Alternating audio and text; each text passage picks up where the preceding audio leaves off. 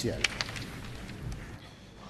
Monsieur le Président, depuis vendredi, les contribuables québécois qui cachent leur avoir légalement dans des paradis fiscaux et qui craignaient de se les voir imposer par le gouvernement du Québec respirent mieux.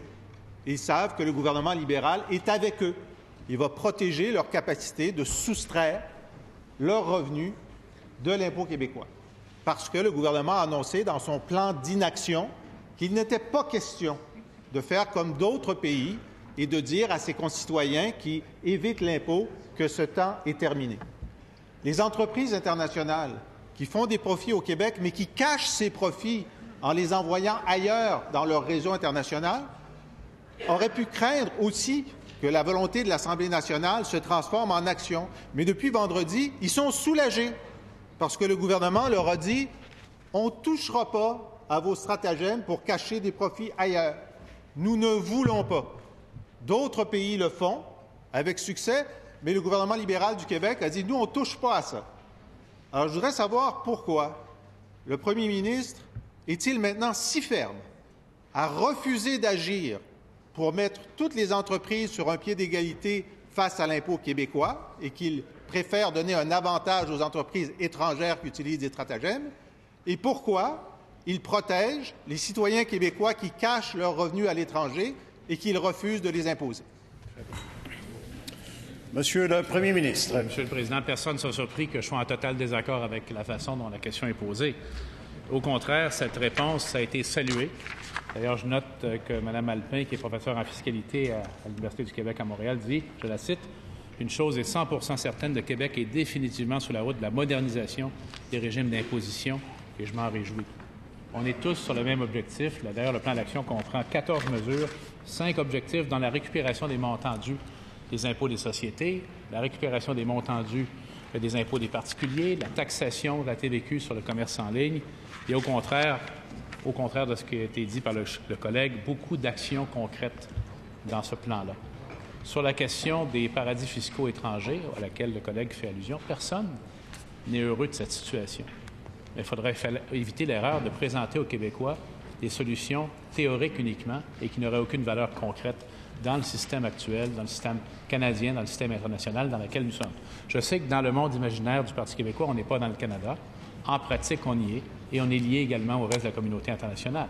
Mais personne ne peut mettre en doute notre désir de lutter activement contre l'évasion fiscale sous toutes ses formes. D'ailleurs, ce document en témoigne et il a été bien reçu, Monsieur le Président.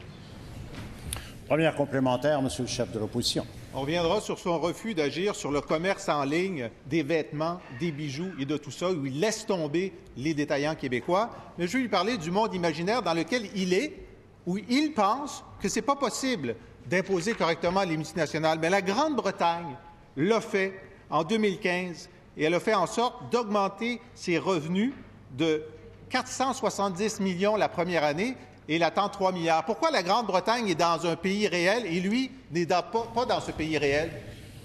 Monsieur le Premier ministre. Bien, tout à fait. Ce qui est bon pour la Grande-Bretagne pourrait être bon pour le Canada également. Et nous, on croit que tout l'impôt qui doit être perçu doit l'être, certainement.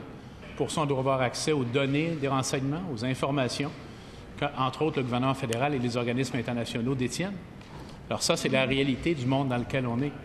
Mais de présenter à la population des hypothèses qui, en fait, ne tiennent pas la route, ne fait que donner l'illusion à la population qu'on pourrait claquer des doigts et faire ce que demande le chef d'opposition, alors qu'on a devant nous, dans ce plan, 14 mesures, 5 orientations concrètes qui vont aller très loin, beaucoup plus loin que le Québec n'a jamais été dans la lutte contre l'évasion fiscale. Et je rappelle qu'on fait des grands progrès actuellement au Québec dans la lutte à l'évasion fiscale. Deuxième complémentaire, Monsieur le chef de l'opposition. Le Premier ministre n'est peut-être pas au courant, mais depuis qu'était assis à sa place quelqu'un qui s'appelait Maurice Duplessis, le Québec a la souveraineté sur son impôt et ses taxes. Il a droit de décider, différemment de l'Ontario et du Canada, de ce qu'il taxe et ce qu'il ne taxe pas. D'ailleurs, le ministre fait un budget chaque année. Alors, ce que la Grande-Bretagne a fait, le Québec peut le faire. C'est une question de volonté politique. Et pourquoi n'a-t-il même pas voulu s'inspirer des expériences étrangères? Monsieur le Premier ministre. Monsieur le Président, quand même, là, il faut revenir encore une fois à la réalité. La situation n'est pas comparable. On veut bien sûr taxer tout ce qui doit être taxé et percevoir tout ce qui doit être perçu, bien, il fait une erreur fondamentale. Sur les taxes notamment, il y a une harmonisation qui existe entre les taxes de vente du Québec et du Canada pour laquelle on a reçu près de 2 milliards de dollars de compensation du gouvernement fédéral, qui comporte des règles très précises de ce qu'on peut faire unilatéralement ou non. Alors, ce qu'il vient de dire est totalement inexact. Bien sûr, si on sort du Canada, ce qui est son rêve le plus cher, la situation est différente, mais ce n'est pas notre agenda à nous. Troisième complémentaire, Monsieur le chef de l'opposition. Alors, ce que dit le premier ministre, c'est simplement inexact. Le Québec a la capacité, et c'est d'ailleurs admis par le ministère des Finances, qui dit que ce n'est pas une bonne idée, mais qu'on pourrait dire aux riches contribuables québécois qui ont de l'argent dans les îles Caïmans, à partir de l'an prochain, vous devez le déclarer et nous allons le taxer. Et si vous ne le déclarez pas, vous êtes dans l'illégalité. On peut le faire. Pourquoi refuse-t-il de le faire? Monsieur le Premier ministre. C'est exactement ce que nous faisons, Monsieur le Président.